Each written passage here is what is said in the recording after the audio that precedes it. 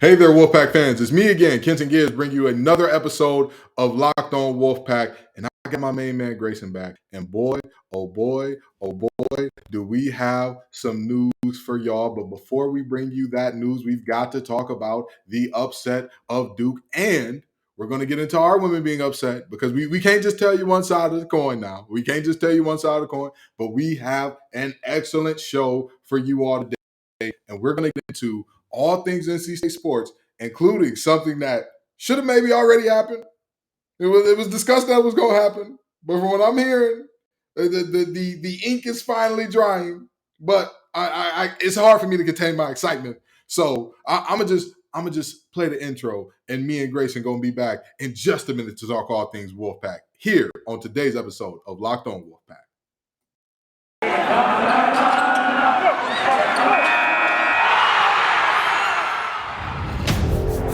You are Locked On Wolfpack, your daily podcast on the NC State Wolfpack. Part of the Locked On Podcast Network, your team every day.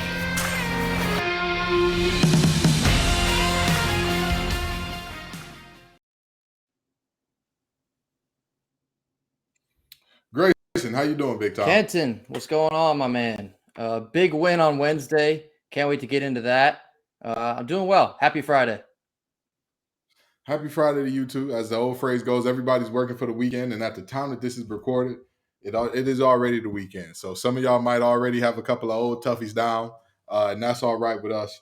Now, I know that's right. When we talk about this upset, okay, we talk about a game that was not really up for debate, wasn't really much of a question, a wire-to-wire domination that started off with a 20-2 run. Tell me, how did this game happen? How did NC State so thoroughly dominate this Duke team? I did mention the other day it was imperative that we caused havoc, and boy, did we do that. Duke had 21 turnovers, extremely uncharacteristic of any Duke team, regardless if it's Coach K or now John Shire at the helm. But wow, unbelievable start. You know, I believe it was when Jarkel Joyner came down the floor and hit the three to make us go up 13-0. I was like, oh, this is one of these games, huh? It was very reminiscent of the 2020 home game where we whooped them that time too. Duke just looked all out of sorts the whole night. It was awesome. And you know, you talk about creating havoc and all that, but I think another thing that really went into this was our ball movement. The moment you talk about the three that Jarkel hit, which was a huge deal, no ifs, ands, or buts about that. But I want to talk about the three that Jaquavian Smith hit off the steal where Jarkel Joyner is bringing it up court, and he fakes like he's going to do the stop and pop three. He drives in and gets all of the Duke defense focused on him, kicks it out to Baby T in the corner, swish, knockdown. And I'm like, oh, this team is different because Jarkel Joyner is a different type of point guard than we've seen since maybe Cat Barber was the last one to have his type of impact. But I don't even think that Cat Barber, in terms of playmaking, is or was what Jarkel Joyner is. And so, you know, that was a moment where I'm like, you know what? Even if I hope that this team doesn't choke this game away, but even if they do, we've got to give some credit to this here point guard. And then when Joyner hit the three going in the half, I said, yep, this is our night. Everything's going right for us. This is just our night. It's going to work out. We're going to walk away with a win here. Very reminiscent, like I said, of the 2020 game, except this time it was Jarkel at the buzzer instead of Markel at the buzzer. Exactly. But what a finish to that first half. You know, that was one of the most complete first halves of NC State basketball I've seen in some time, probably since the last time we played Duke at home, which was 2020. But yeah, I mean, wire-to-wire finish, unbelievable. I think Baby T had 24, Jarkel had 21. DJ Burns, let me talk about some DJ Burns. You know, with Mahorcic going down about a month ago now with that knee injury, for DJ to step up in his absence, I believe he's averaging, I think it's 13 and a half in the 6 games without Mahorcic. Unbelievable. And you want to talk about being a fan favorite every time he touches the ball. I couldn't help but crack up every time they fed him inside, and he would somehow spin and get another bucket. They had no answer for DJ last night. So unbelievable game. And then I also want to talk about Casey Morsell. I mentioned how important it was to get him going the other day. He really didn't have to get going because he only finished with 8 points, but something he really stepped up with is the rebounding. He had 10 boards. And like I mentioned the other day, it was important that we crashed the boards against Duke. Duke is arguably one of the better rebounding teams in the ACC. We were missing Mahorcic. We were missing Jack Clark, which is our number 1 and number 2 rebounders. We out-rebounded Duke. Unbelievable effort. Yeah. And let me go back to DJ Burns for a second, because when you think about DJ Burns' game, when you think about what makes him special, what makes him a player who's deserving of a lot of minutes, you go to what you were talking about, the post moves, the silky smooth game underneath. He plays a low to the ground game, but he is efficient, and he has, in the words of Stephen A. Smith, he has multiple moves dedicated to memory. He has multiple that he can go to whenever he gets that ball in the post. But in this game, the rim protection from DJ Burns, a guy with a vertical that you could probably slide a piece of paper under, and that's it. 4 blocks. Four blocks in this game. That is the type of stuff that makes this team, it gives me excitement for this team. And I'm going to say this. Jeremy Rhodes said that, Duke didn't have as much urgency because that NC State was desperate for a win, and this is how a team desperate for a win plays. And I part of me just laughed and thought to myself, baby, the best teams know that everybody's going to be desperate for a win every time they play them. Clemson didn't have a 37 home game win streak because no team was desperate for a win when they came in there. That's not how that works. It works in a way that if you show up and do what you're supposed to do and you are the better team, you'll win a ball game. But in this game, it was, again, wire to wire. NC State did their thing. And I'm going to say this last thing here. And I hate the way that many people, pundits and fans alike, are spinning this as like, oh, well, congratulations on beating the worst Duke team in X amount of years. Is it really? Don't give me that. Is it really?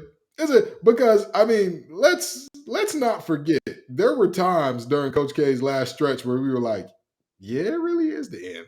Yeah, this thing is winding on down, isn't it? And so to sit here and say, oh, yeah, this is the worst Duke team that there's been in years. I mean, sure, you could make that argument. But at the end of the day, guess what? You still lost. Nobody cared when it was Coach Doran getting beat up on my first year at NC State. Nobody was like, oh, this is the worst state team there's been in years. It was just, ECU was bragging about beating us and whooping the wheels off us. Nobody said, hey, that's the worst state team you'll play in years. It was just, we beat them. And so I would hope for that energy to be returned. That, hey, we took an L, but, that's just how the cookie crumbles sometimes. And if the worst Duke team in years has a win over a top 15 team, then, I think that's a very, very interesting way to phrase that. Now, going forward, what do you think this game means to the team? So the other night, I called this our quote-unquote Super Bowl for the season. Now that we've won that Super Bowl, I think it makes the next couple games even more important. So something I want to not make light of, but make sure it's known, this game has to be used as a propeller. Mm-hmm. We beat Duke. That's great. They were ranked. It's a rivalry game. Great. We have to use this as a springboard. We have to go and play Virginia Tech in Blacksburg this coming Saturday. Huge game now. Because now that we've shown one of my favorite Keats quotes from the other night, he told the team, know what you're capable of. Because the cool thing about beating Duke like that, I didn't feel like it was a fluke. I didn't feel like it was a game where we came out and we just got hot and we were causing, ruckus. I feel like we could provide that effort basically every night. You've seen flashes, against the Cupcakes earlier in the season, but I felt like this is a repeatable performance. And so knowing that, we got to go into Virginia Tech and take it to them. They're on a 3-game skid right now, so they're looking for a get-right game. We cannot let them have that. We got to go in and turn up the heat on them. And the very interesting thing about that is people looked at this stretch and said, oh, man, NC State's going to be in so much trouble if they lose to Clemson. We just don't know what's going to happen because you got Duke, then Virginia Tech, then Miami, then Georgia Tech, then the boys in baby blue. And people were like, oh, well, that Georgia Tech game may be the only one that they can snatch out there. And yet, all these other teams are looking a little worse and a little worse and a little worse. And I'm going to tell you this. I think that this was repeatable as well because the things I saw in that game, when you're watching a basketball game and the team just can't miss. Like everything that they're doing is going in, everything that they're doing is working. But this was a game in which, let's just put the cards out on the table. There was not an effort from deep that I'm like, oh, this is world beating. You'll never see this again. They shot 39% from deep. Like that's not something that you're like, that's the craziest thing, and they'll never shoot like that again. And even if they didn't shoot that well from deep, okay, they won by 20. Like this team won by 20.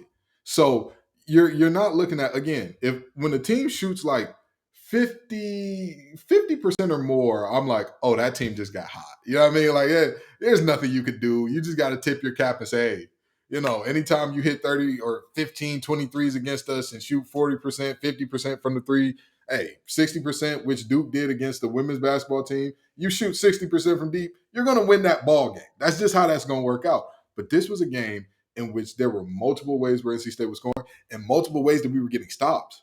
Because we've seen in the past situations where we got turnovers, we generated turnovers. However, whenever we did not get a turnover, it was a bucket. And in this game, again, shout out to DJ Burns, the rim protection was there at a very high level. Now, and this is the thing that I want to say going forward about this team. When you are talking about this stretch, if you can come out of this stretch where everybody said was going to be brutal and, you had to have good momentum coming in, if you can go into that stretch and dominate, I think you have to come out of that feeling not just good, great about yourselves as a team. If you come out of this stretch 4-0, 3-1, maybe even 2-2, but with a win over Duke and the boys in baby blue, you've got to walk out of that and say to yourself, we all right. We can do something here. What say you, Grayson? Yeah, another one of the favorite clips I saw from the other night, or I guess it was technically the next morning, Thursday morning, is when they were in the weight room. This video has since been deleted, probably because of what was said, but the strength coach, Pat Murphy, he basically said, I don't give a blank about whatever. We're on to Virginia Tech. And so, yeah, with this tough stretch, you ticked off a huge first box here with Duke. Now you have the momentum, or at least you should keep building momentum. You got to go into Virginia Tech. If you come out with a win, great, because then you got Miami right after that. There's no time to sit around and say, oh, we did it, we beat Duke. There's so many more games that are increasingly important now that we've ticked off this first one. Absolutely, and that's ACC basketball for you, right? Like everybody, during football season, everybody loves to talk about how terrible the Coastal is, which they are. I mean, let's just be honest. The Coastal was just a god-awful division. But you look at everybody talk about during the football season, the ACC is a weak conference, it is and that. Try to say that in basketball. I dare you. I double dog dare you. I could name at least 2 Power 5 conferences that if you put this Florida State team in, as banged up as they've been, as hard as it's been for Pep to just get the same starting lineup for 4 or 5 games in a row, I am telling you that team would be above 500 in that conference. And yet in the ACC, it's looking like, man, they're struggling, their bottom feeders, all that good stuff. So this is the nature of the ACC. And not only that, this is the nature of what it should be for Keats if there is any hope for him.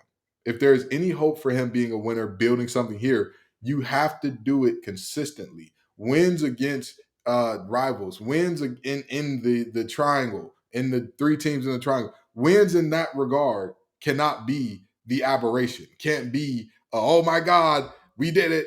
We're not going to do anything else now because we did the thing, because that's not the thing. The thing is raising the floor. That's the thing. You've got to do that first. Then the next thing, raising the ceiling. It going from, okay, we are a team that is all right, to being a team that, hey, a couple chips fall our way, we're going to make a deep run into this tournament. We're going to do great things in the tournament. A couple things go our way, we're going to be one of the top teams in the ACC. And then you set the expectation where now it's like, hey, you know it. NC State's going to be there every year. And like I said, Williams retired, K retired, Keats, there's an It's gotta opportunity be here. now.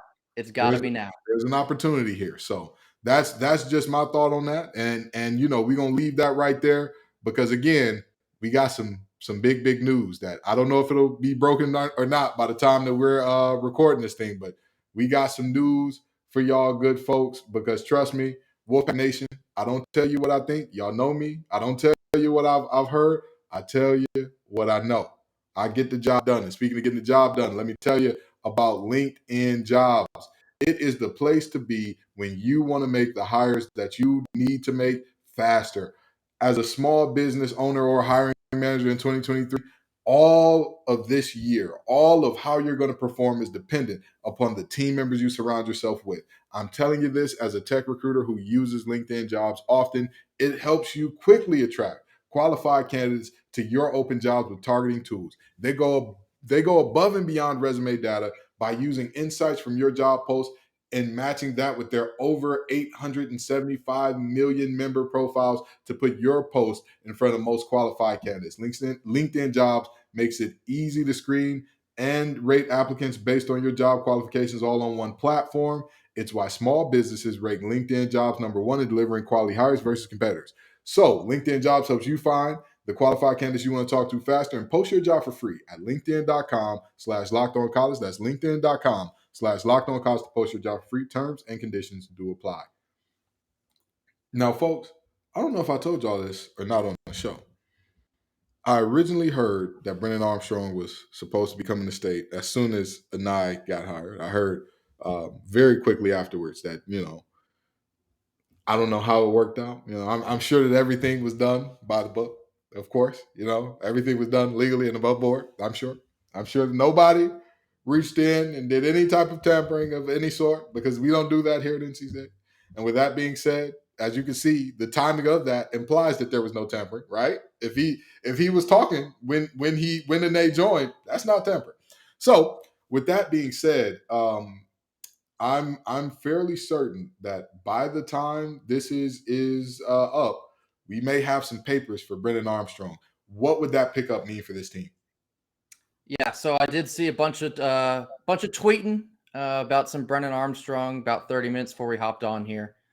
It sounds like it is all but confirmed at this point. Essentially, he did have his official visit here Wednesday, but I'll tell you my piece on Brennan Armstrong.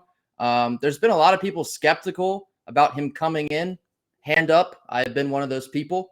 I'm kind of nervous about his turnover proneness.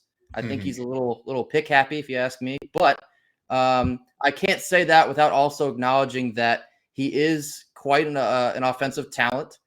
He did put up numbers under Robert and I at UVA. He would be a good quarterback for MJ to learn under if MJ doesn't in turn decide to stay. He's going to be some sort of spark one way or another for this offense, especially after the year that we just watched. So if he comes here, obviously I'm going to be behind him. I'm going to root for him. As skeptical as I have been, I do think it is a net positive if we do indeed land Brennan Armstrong.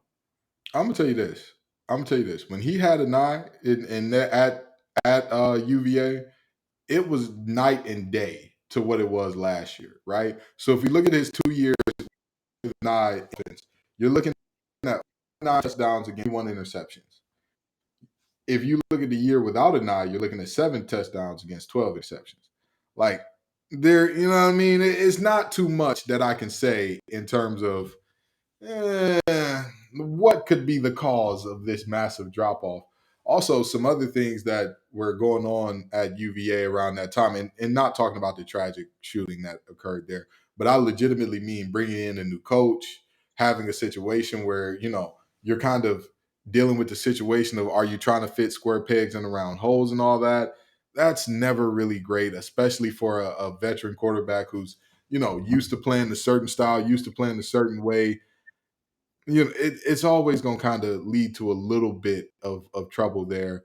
And so to see things play out the way they did, it was disappointing. But, yes, Brennan Armstrong takes some of the blame for that. I'm not completely absolved. I'm going to say I'm not worried at all because it is a possibility that his year continues or that he continues what we saw last year. It's a possibility. But I think that year was the aberration and not the rule. I think that for the most part, he has been a consistently good quarterback. And here's the other part. Here's the other part that really excites me about this. He and MJ Morris are both dual threat guys, meaning you do not have to redesign the playbook if something were to happen to Brennan. You don't have to, oh man, what a time. We just got to, it's already there. You already have an offense in place that's going to take advantage of your QB's ability to use his legs and gain some ground. So to me, I think that this is a massive pickup for the Wolfpack. Again, I'll say this for a lot of people saying, "Well, what would you want him if it costs you MJ?" I think if MJ has half a brain, it would make a lot of sense for him to stick around at NC State because if you are transferring, then if you're transferring at this point in the portal, right, where most teams, most of the Power Five already got their quarterback, they already got their guy. And even the group of five, a lot of them have their quarterback, have their guy. If you're transferring at this point, you're going to play somewhere that is, with all due respect, less of a pedigree than what you'd have at NC State. And you would be doing all that for basically one season. You would be doing that because you would lose one season at NC State, and really you wouldn't even lose a season of eligibility because if everything worked out, you could play the first 4 games or whatever, and then redshirt the rest of the year. And again, you'll be dressed out, you'll be with the team and all that, but you just won't be the guy right now. Which, I mean, we saw the talent, we saw that it's obvious he's a really good player. But why would you say to yourself, well, I'm going to go ahead and head on down to FIU to start right now instead of waiting a year at state and then coming out and being the best thing smoking with 2 years under my belt of being under the same offensive coordinator, with an entire offseason of being the guy, with an entire offseason from the day that lasts, wherever Brendan Armstrong takes us, if he is going to be the starter, wherever he leads us, right? The dead last whistle, the dead last snap, whatever it is that happens with that season, immediately after, there will be no question about who's the quarterback, who's the guy, who's the heir apparent. It's you. It's you. And you've got up to 3 years if you want to use them. And if you have a world-beating year, if you turn on something crazy and become a Heisman candidate or something like that, and you want to go to the league, you can do that as well after your year starting. So to me, everything makes sense for MJ to stay. I'm just saying, I don't think that there is a ton of sense or reason at this point to get in the transfer portal. But, with guys between 18 and 22, I made a lot of bad decisions between 18 and 22. Grayson, I'm sure you've done the same to some extent. Hey, And man, so, don't look at me. okay. See, Grayson's the good kid. He never made none of the mistakes that I made. It's all right. It's all right. I'll take that. I'll own that. But anywho, I would sincerely hope that he would do the things that, and again, this isn't even from an NC State perspective because there's a lot of guys that what's best for NC State ain't what's best for them. Like for Drake Thomas, for example, if anybody asked me, should he go to the draft, I would say absolutely. What more can he prove? What more can he do at NC State to win over scouts or whatnot? When we talked about Peyton Wilson, what did I say? He did stay the solid. Because there's nothing serious that he can gain in the material in terms of his draft stock or whatever by staying at NC State, unless he has a year of perfectly flawless health, which we've seen. With all due respect, it's likely not going to be the case. So I'm always going to tell you what's best for players. I'm always going to tell you, yes, this is Locked On Wolfpack. It's not Locked On MJ Morris. But I'm telling you, the reality is what's best for him and what's best for the Wolfpack have a lot of overlap in this situation, in my estimation. Yeah, I do think the silver lining to this, and it's basically the reason it's got me starting to sing a different tune here, is that they are both dual threat, and that whatever Brennan is learning here, you're going to want MJ to also learn, because you hope in turn that MJ will be able to replicate an effective Brennan Armstrong offense that we saw in 2021. So I'll eat my words. I think it's a good pickup now, but he's gonna have to show it. It can't just be a big pickup and then he comes out and lays an egg. Can't have that. Absolutely. But I think this could benefit us. Absolutely. And again, we learned last year, you can never have too many quarterbacks. You can never have too many. You can never have too many good quarterbacks on your roster. Because, 4 different wins by 4 different starting quarterbacks. It's only possible if you got a lot of good guys on your roster. And we know the defense, as far as the linebackers go, as far as losing some of the safeties that we lost as well, there will probably be a slight drop off, right? We love Gibson, and Gibson we trust. There will very likely be some drop off there, and the offense is going to have to. Even if there was no drop off in the defense, even if the defense comes out next year and makes me eat those words, and is even better than they were this year, the offense still has to be light years ahead of what they were at times this year. The offense cannot be anything near what we saw against Maryland. The offense cannot be anything near what we saw against Boston College, a team that was giving up 30 per game in conference that we mustered 20 against. It can't be that. It can't be that. So again, this pickup of Brendan Armstrong, hopefully we don't end up looking like Swam when they said that Florida State was going to what was it, the SEC? Was that where they said they were? Yeah. Hopefully we don't end up looking like them here, because again, we have some reliable sources at Locked On Wolfpack. And again, I don't tell you nothing that we just heard or that we just think or feel or hope happens. I say I hope it happens if I'm hoping it happens. But this one looks like it's a done deal. Oh, man, I'm going to miss saying that after the field goes, too. Shout out to Chris Dunn. Anywho. Oh, go ahead. Go ahead. All right. I'll make it quick, but can we please give our flowers to Chris Dunn? Oh, absolutely. The NCAA record holder of field goals made, the ACC points leader, the greatest kicker in NC State history. Please know what we just had while we had it. Absolutely. We probably will never see an NC State kicker like this again. I hope we do, but that's a big ask. So please make sure that you have appreciated Chris Dunn's time here in Raleigh. Sorry, that was a tangent. Oh, you're fine. And I'm going to tell you this. NC State has actually had a really good run of kickers. Whether we realize it or not, we've had a pretty good run, because the kicker before him was Nicholas Sadie, and Sadie was pretty good. Sadie was pretty good. Hauschka played in the NFL for a bit. And that's what I'm saying. There was a pretty good run of kickers for NC State. You know what I mean? It's rare to say that on a college. It didn't always feel that way at times. Oh, absolutely. Absolutely. There was, because the Bambard interlude in there kind of, there were some moments. There were some, and again, hate to do it to a fellow Michigander. Kyle, I love you, baby. I love you, brother. But it was that but Sadie to my man Dunn is that's a pretty good that's pretty good eating right there as far as kickers go. We'll be right back to talk women's basketball and the letdown against BC in just a second, folks.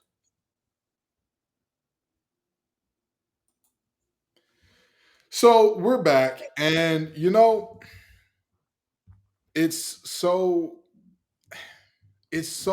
unfortunate to see what's happening with not just NC State, but with the players that are transferred out of NC State that are just like, they're not just on teams doing decently. These are ballers that are dominating in the highest order. I mean, we talked about Genesis Bryan on the last episode and her being the Big Ten Player of the Week and how much we could have used a playmaker who I think that her playmaking abilities exceed that of Diamond Johnson. I don't think she's the same player, the same style of player, but in terms of playmaking, I think she has that over Diamond. But Dontavia Wagner, absolutely, I believe that was her career high in points against us. It's, oh man, we go up to BC and we take an L there, BC comes to Reynolds and we take an L at home in Diamond Johnson's first game back. It's tough, but this team has to figure it out. Again, the ACC, the only thing tougher than ACC men's basketball is ACC women's basketball. It is an absolute slaughterhouse as far as what you're looking at for who's good, who's not, all that good stuff. Just for reference, the girls in Baby Blue have lost 4 straight. They've lost 4 straight. The Virginia team that everybody used to kick around, they're 12-2. This is the conference. This is what the conference is. as a whole. And, you look at that game and it seemed like it was so difficult for us to get a stop, but even more difficult than that was us scoring off an assist. All of our points, basically, it felt like if somebody wasn't scoring in ISO or something along those lines, it just wasn't going to happen.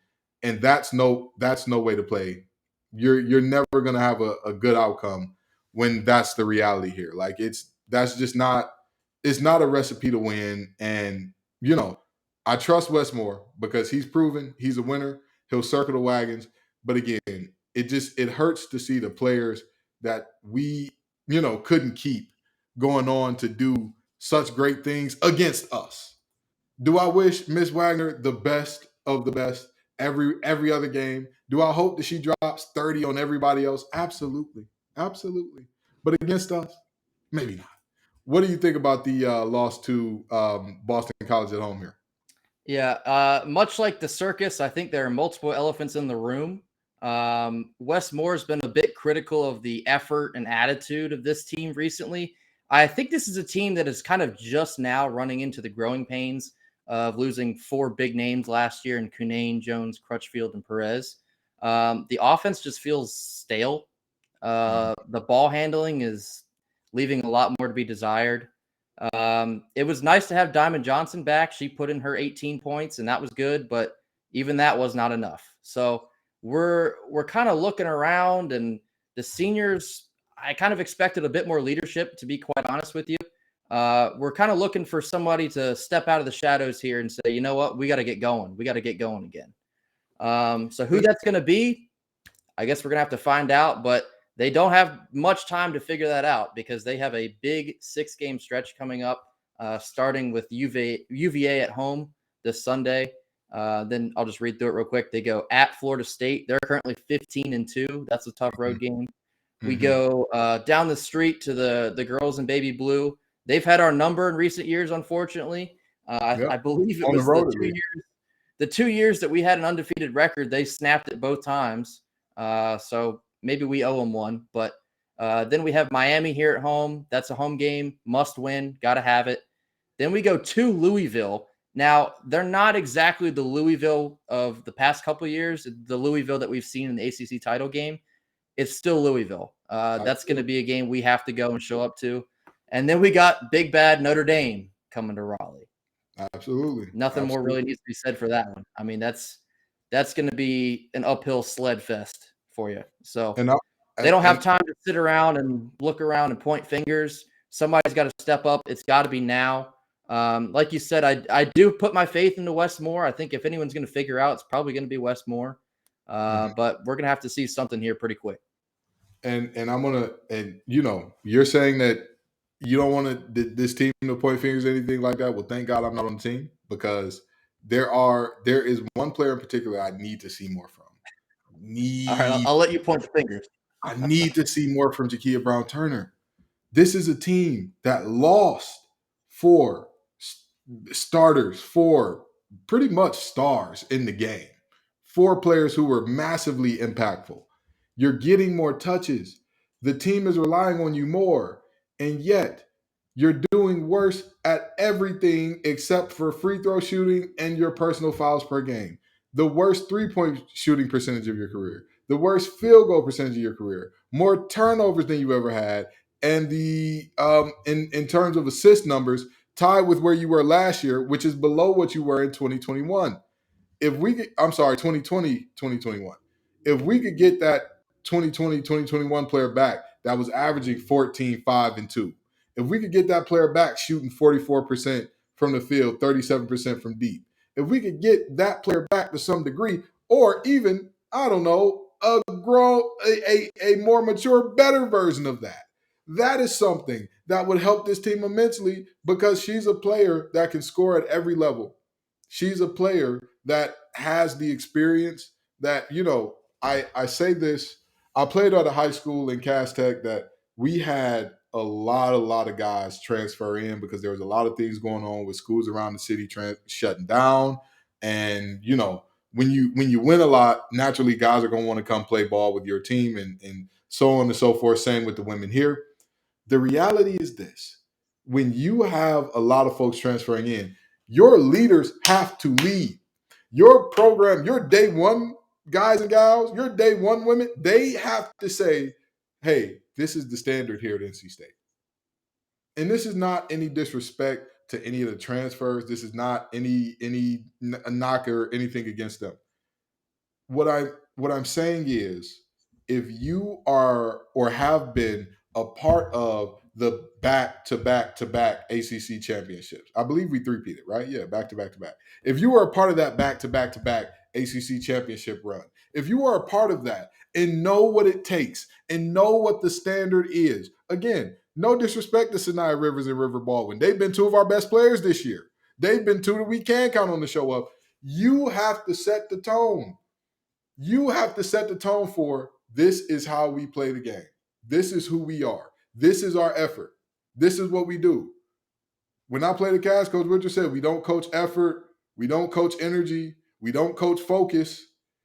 I got you for 2.5, 3 hours a day. That's all I get with you. You better be locked in and ready to roll.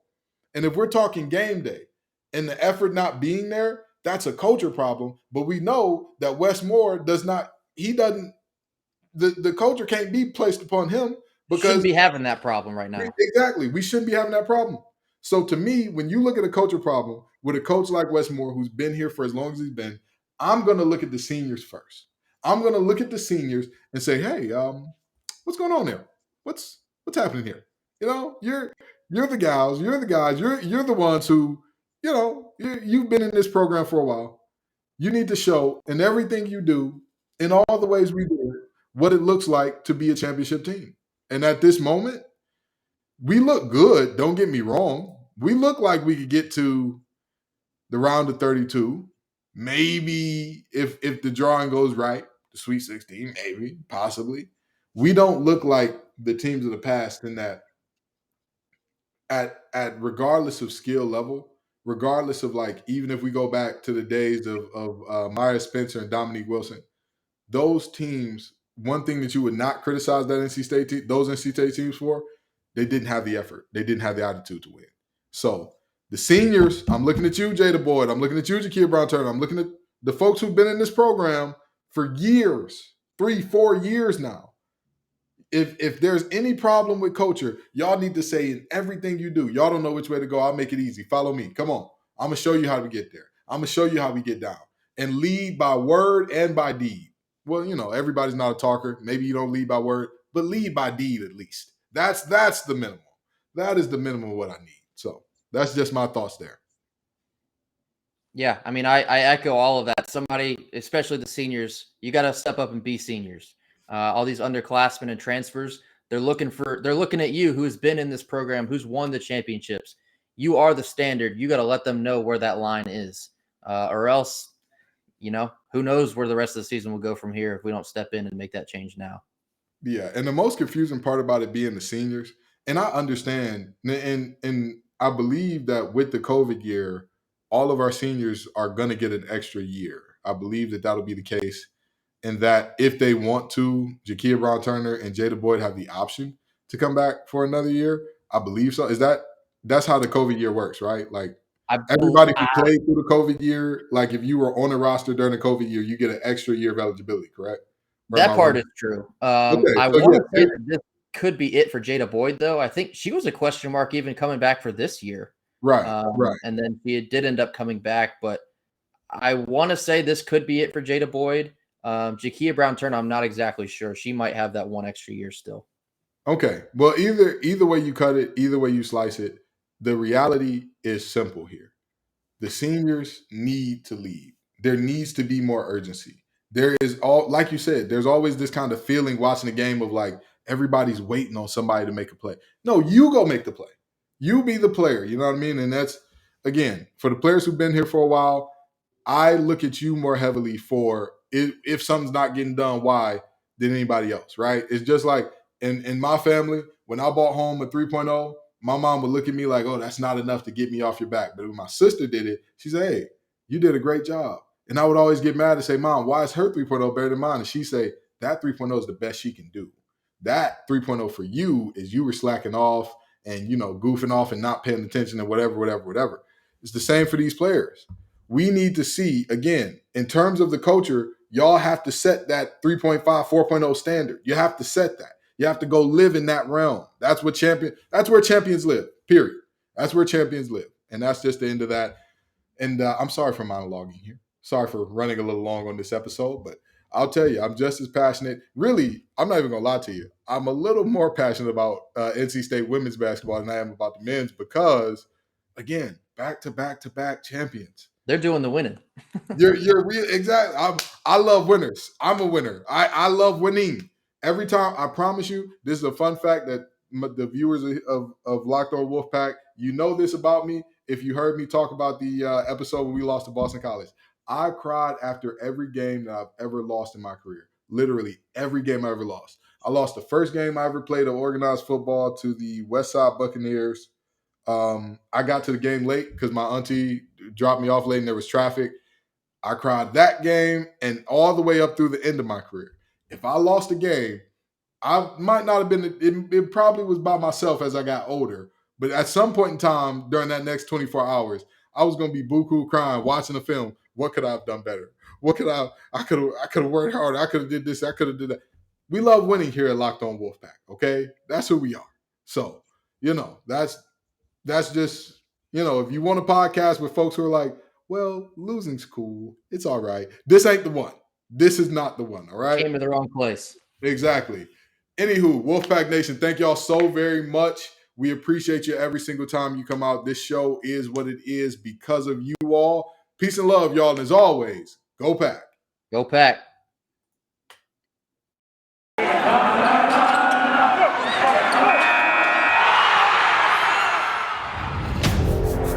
You are Locked On Wolfpack, your daily podcast on the NC State Wolfpack.